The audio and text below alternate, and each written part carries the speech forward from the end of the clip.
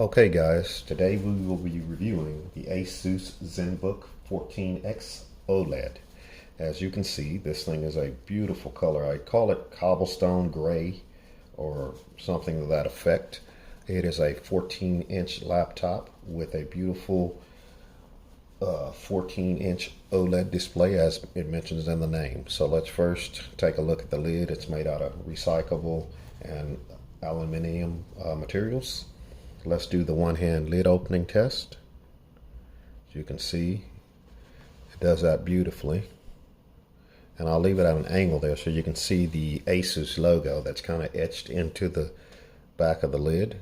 And I'm going to zoom in on that so you can see that they have Zenbook written also down in the lower corner, and you can kind of see the details of the designs. So let's zoom back out on that.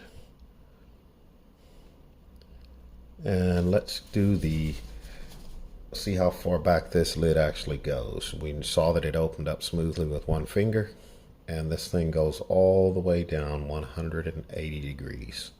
So now that we see that, let's get into it. Let's turn this thing around. Sorry, on my dining room table here. Let's make sure she's in a good position for you all to see it. And I've already set this thing up. And let's start on the exterior. The trackpad has a built-in keyboard. We can call it, gimmicky or not. I think it's pretty cool. You just hold your finger down on that unit. Well, let's wake her up first. Now let's do that. As you can see, let's zoom in on that so you all can see that as well on the trackpad. And you can also see that if I hold down on this button, it'll dim that display on it, and if you do it again, it brightens it back up. To get it off the screen, you just touch it again and it goes away and becomes a traditional trackpad. And as you can see, that beautiful 14-inch OLED display is beautiful. And I think now I have it running at 60 Hertz, which is out of the box. So let's talk about what comes with it before we get into more details. Of course, you have your traditional Asus paperwork that comes in the box.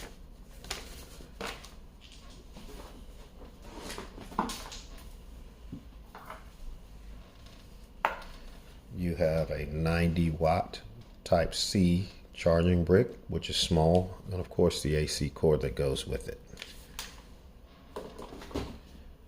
This particular unit is the i7-13700H 2.4 gigahertz unit with 16 gigabytes of DDR5 RAM and a 512 gigabyte SSD drive. So let's get into the Asus program that helps you customize your settings. And I need to charge this thing because I just got it in yesterday, and it came in under $1,000, $849, but with taxes and everything, it was around $948, or maybe a little over, maybe a little less. I think a little over. So we'll go into that. And what I do like is that it comes with the cords come with the built-on Velcro straps, which is great for you to store in your backpack and stuff like that. And we'll be reviewing the backpack that I carry and what I actually carry inside of that box. So I just added this to my lineup of laptops because I traditionally like Surface laptops, and some people may not like them, but longevity, they last very long. To give an example, I have a Surface Laptop 2 that I still own, and it's at least 7 years old, maybe a year or two less, but I believe around 7, because Surface came out over a decade ago, I believe.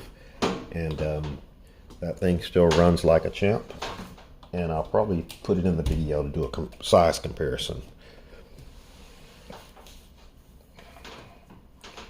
Let's go ahead and plug this charger in the lightning port.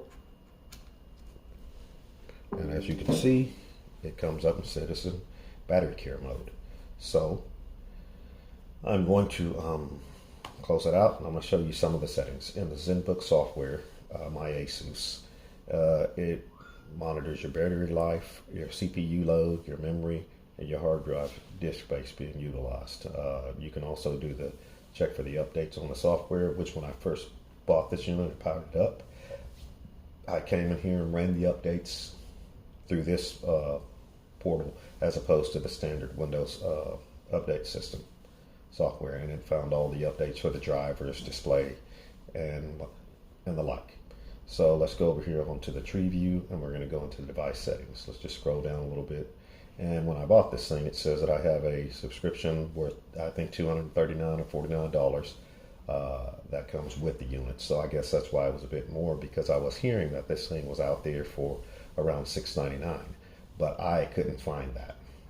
But let's move on to a couple of nice things about the keyboard, and I'll zoom in on that a little bit and adjust this camera here and see how close I can actually get it.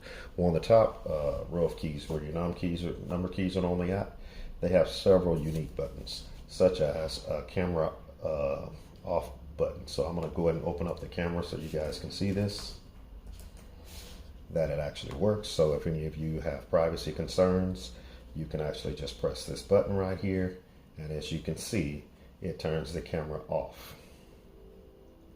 And so it's not enabled, and as you can see on the keyboard itself, maybe you can't see it, but there's a little orange indicator light because the camera on and off key is shared with a standard F10 key on here. So, and you just press that and it comes back on. So that's a pretty unique feature. As you can see, I'm running a OnePlus 10 Pro cell phone that's mounted to my gimbal to record this video, in case anyone wants to know. So another unique feature it has is the screen snip, is the shared button of your standard F11 key. So if you're not holding down function and press F11, it's going to launch the screen snip, which I really like. And I'm going to escape and get out of that, as you can see. So there's quite a few shortcuts here. And there's also a, I don't know what this key is. It's something on the F key. I'll have to, okay. That's where you can kind of launch to project your screen. So it's shared with the F8 key. And you can move up and down and do whatever it is you want to do with that. And let's see what they have on the F6 key. That's the disable the touchpad. So I don't want to disable that. I enabled it back.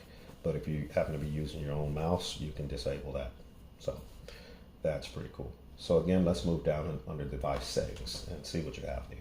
You have battery care mode, and I kind of did manipulate that to the battery care mode, which says that enable battery care mode to limit battery charging to 80% of full capacity, which will improve the battery's lifespan. So I want to try that just to see. And of course, you got your fan profile mode. I put that into performance mode, which dynamically maximizes the cooling performance for demanding tasks.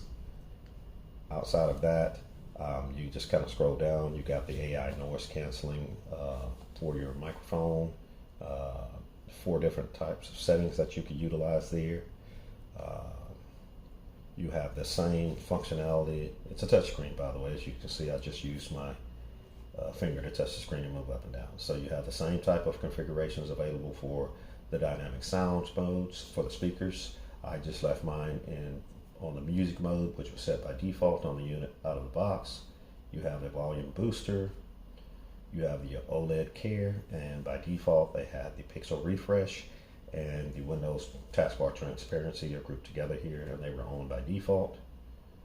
OLED flickering, flicker-free dimming mode is set to 100% by default.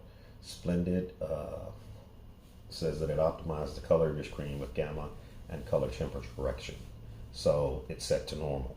I am thinking that I will set it to vivid, which says that it will adjust the saturation of the image, making it more vivid and vibrant. So I may do that later on, but right now I'm going to leave it as it is because I want to run this thing through some tests.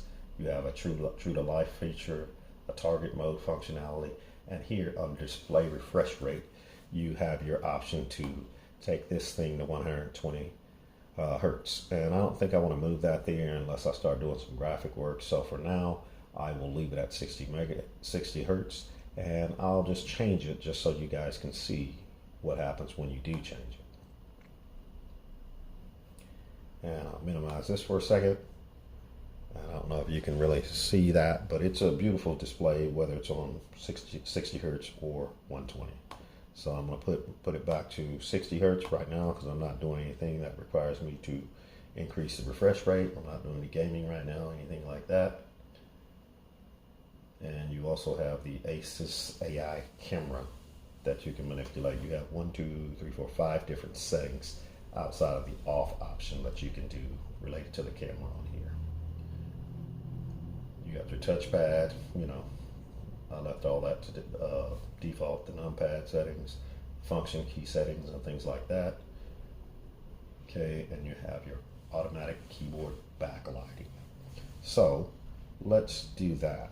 I'll shut the lights off here in the room that I'm in just for a second, just so you guys can kind of get a glimpse of what the backlit keyboard looks like. As best I can, get it as dark as I can. Here I have my blinds closed, as well as my shutters, lights turned off, sorry. So we'll go ahead and do this so we can see what happens there.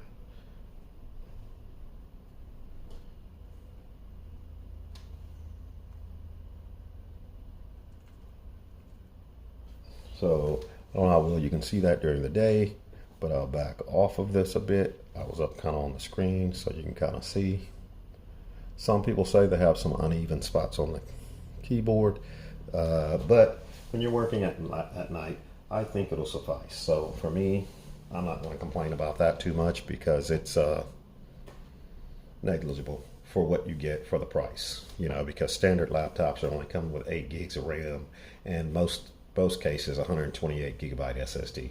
So you've got double the RAM and more than double the hard drive space. So you can, you know, work around that thing. I'm going to turn that off. I want to turn my lights back on.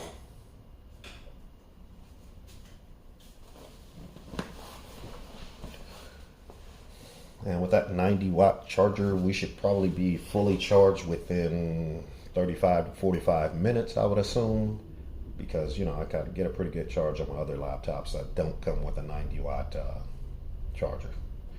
So again, you have your device settings, your system diagnostics, and things like that, and you can tell it, you know, you can customize in order to, you know, customize these things. You can have one-click diagnostics, which you can hit the checkup button, it'll do it, or you can customize your diagnostics items, what you want it to run that on, the items that you want to run a check on. You also have the blue screen error check, slow system check, wireless connectivity, driver error, system not responding, slow boot time, and battery problems, which I think is pretty cool for these manufacturers to kind of bundle this and take the time to do this, because generally they just let standard people, hey, you have a problem, it's, you know, they just like write it off like it's not my problem, you bought it, I got my money, and that's that.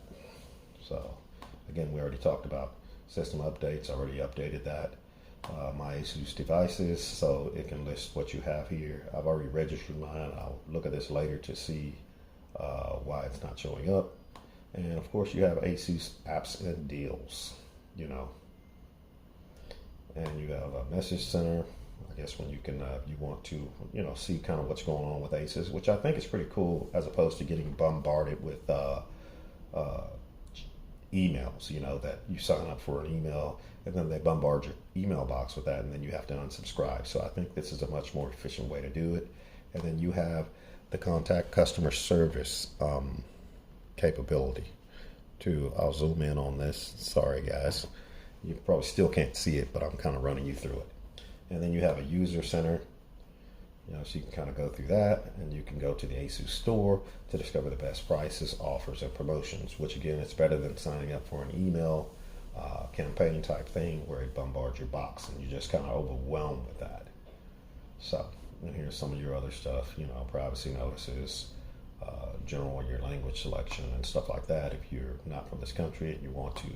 But generally, if you buy it in your country, you can, it's going to come out of the box with whatever it is. But if you're traveling and you need to switch the language and you know that language, it's kind of cool to be able to just come in here and do that as well.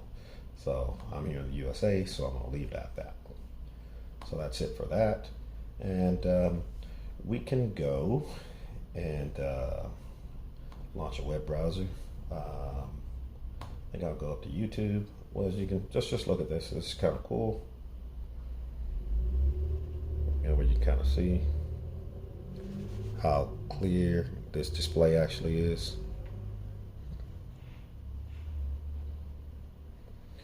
So I'm going to go to YouTube though here, and because I have not downloaded any, you know, apps like YouTube, I just kind of go through the web because I want to keep as much things off of my drive that I do not need. And let's just kind of watch something. I haven't put Netflix on here, and I should have put Netflix on here. Let's see if they have it kind of out of the box here, because sometimes they have preloaded apps because they come up with these deals with other manufacturers. But again, I'll just kind of just pull something up on Netflix because I probably have to check with the wife for the passwords, because she frequently changes those passwords for safety reasons.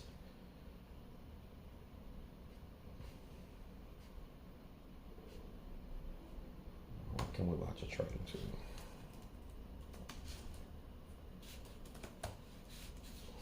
See what they come up with here. Let's do the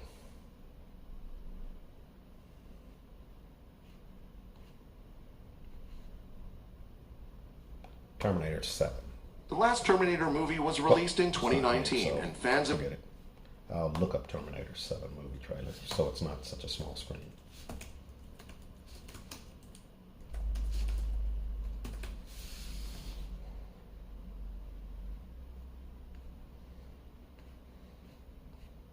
They have it up here. I don't see it. There we go. Let's see what that does. And let's enlarge the screen.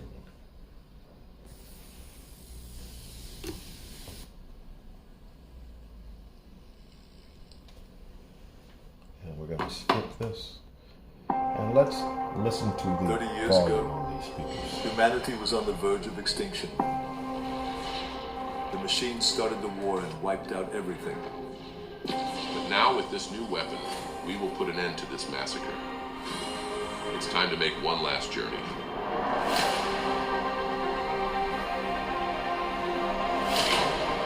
The Judgment Day was just the beginning of this chaos. There's not much time left before Skynet wins. But it is too late.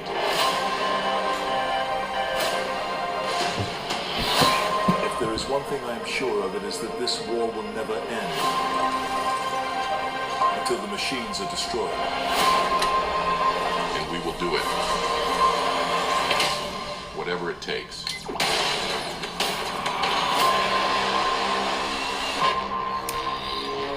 As you can see, my gimbal automatically adjusts itself. I see the marks of this long and terrible war.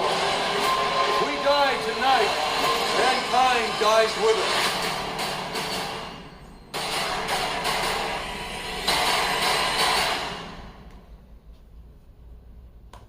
Okay, hope you guys could see the quality of this OLED display screen, as well as the sounds of these speakers themselves as well, because they sound pretty good. A little deep, the bass is a little deep because there's two speakers that are up here on the left and right sides that are closest to you when you're sitting facing the keyboard, facing the laptop. So the sound is firing down on whatever the surface is, which allows it to kind of hold that bass and then bounce around the room, so you get a more deeper sound quality. So the last thing I want to talk about is also I have that on dim. Let's turn that up just a little bit. And the keyboard travel, I think it's pretty good. I actually like the feel of it. It's a little bit more bouncy than my Surface laptop's keyboard. But I do like the travel that's on my Surface laptop's keyboard, so I have no complaints. I think it does have a lot. It's a little bit more rigid, if you will, and I do like that. So that's the last thing that I wanted to speak about on this laptop, outside of the slim profile.